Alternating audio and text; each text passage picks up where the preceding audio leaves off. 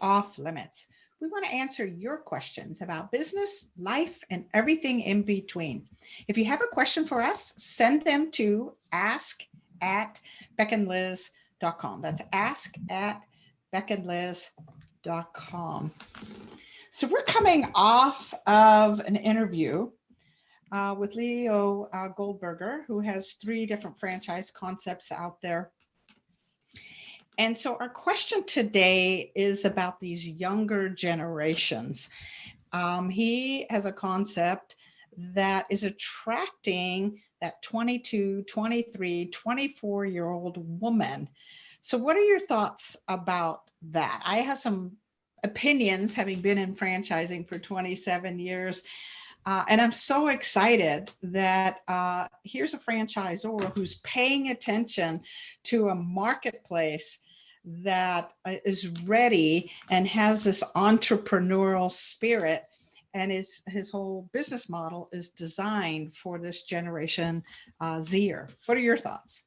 Well, I think it's a neat thing that he's focusing on that market, because, you know, millennials get a bad rap and are not thought of well in terms of work ethic and tenacity and grit and all those things. And I think this Generation Z has stepped it up a notch or two. And I know that I think part of it is technology has played a role. They have access to pretty much anything they want to do. My high schooler has a website for his videos that he and his cousin make. They make movies and they put them on there, and they're not doing it to make money at this point, but they can, you know. And Luke, at one point, he can make the best macaroons you've ever put in your mouth. Ooh. They're so good. And it is hard. Like, it took him a while.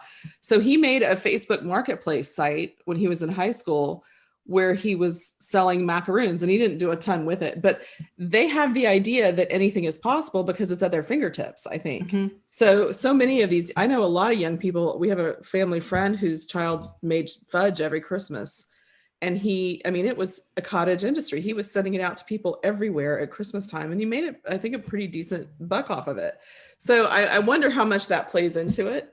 Mm-hmm. That they just think that it's possible to do their own thing and make their own money, and they all can Venmo and Cash App, and people pay them for these things that way. And, you know, why not? So I think it's kind of fun that Leah's got this whole franchise opportunity for these young people who really are interested in business ownership. Young people and women. It's interesting. Mm-hmm.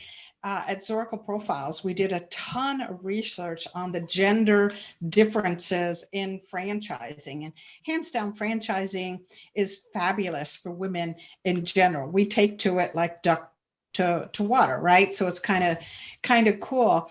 But we also looked at the various generations statistically, and this generation, Generation Y, Generation Z that are coming up, are more disciplined, more focused, more entrepreneurial, and also more confident than the generation before them, the millennial generation, especially women. Women in this Y and Z generations seem to be just sort of more driven and more focused and more entrepreneurial. And I think you're right. Some of it is this whole feeling of we could do anything and technology is going to support that, etc. And you were talking about your son and other friends. I have a grandson who is 15 and just started his business. So he has a vending machine business, and he's taking candy vending machines to various businesses and putting them in. 15 years old. And he is very quiet, very shy, but knows that he can have some passive income as he goes through high school. Smart. My granddaughter, 22 years old, started her dance studio at age 15, got a building, finished it out. Marketing, has about 90 students right now. So she at 22 has already been in business 7 years. Wow. You know, so very different than the baby boomer generation, where we waited until we had the successful career, we had some money stacked back, and then we chose to go in business. These younger generations, and women in particular, are jumping into entrepreneurship at a much younger age than ever before. It's a very interesting thing. I know my ex-husband's mother was a Depression era, And she was very opposed to him getting out of the Navy because that was security. That was a good job. That was retirement. That was health insurance, all those things. But at the time that he was in the 90s, they were scaling back. They had overstaffed, you know, how it kind of ebbs and flows, and they were cutting back, and it wasn't as secure anymore as she thought it was, because those things go up and down. But her generation was of that mind, like the baby boomers, I think, that you don't leave security. And now, and I think probably with the 2008 and the economic ups and downs, these younger people don't necessarily see the same security that maybe previous generations had in the workforce. And so they're trying to make their own security, Right. Which I think is brilliant. I think it's brilliant. I absolutely, totally agree. It used to be get your college education, find a good company to work for. And these kids, notice they're kids to me, they're kids. Right. Me too. Right. Understand that maybe a college degree isn't going to get me what I need. And maybe a career in the military isn't going to take me where I need to go. And maybe I'm not going to be 30 years or 40 years in a particular space.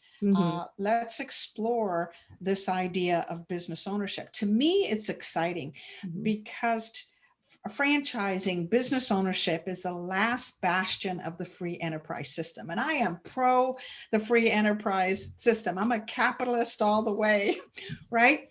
So I love seeing. So that just reminds me, did you read Hannah's article the other day? I did. I loved they were it. saying this is the last bastion of freedom in the Florida, where we don't have to wear a mask, and the last bastion of whatever. And that just made me think this is the last bastion of capitalism and the mullet toss, man. The last bastions.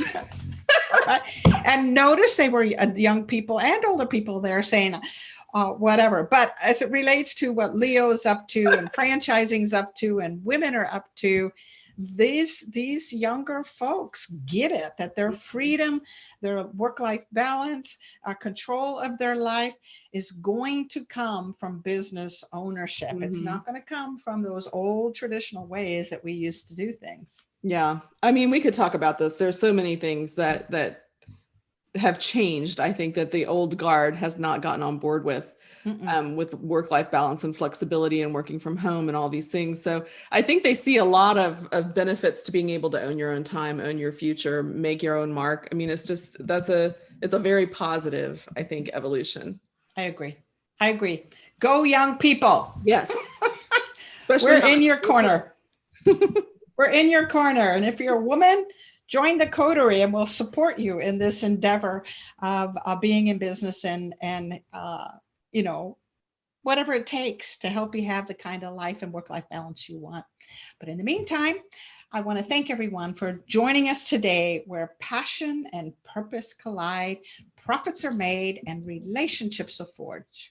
This is Beck and Liz signing off and wishing you another purpose-filled and profitable week.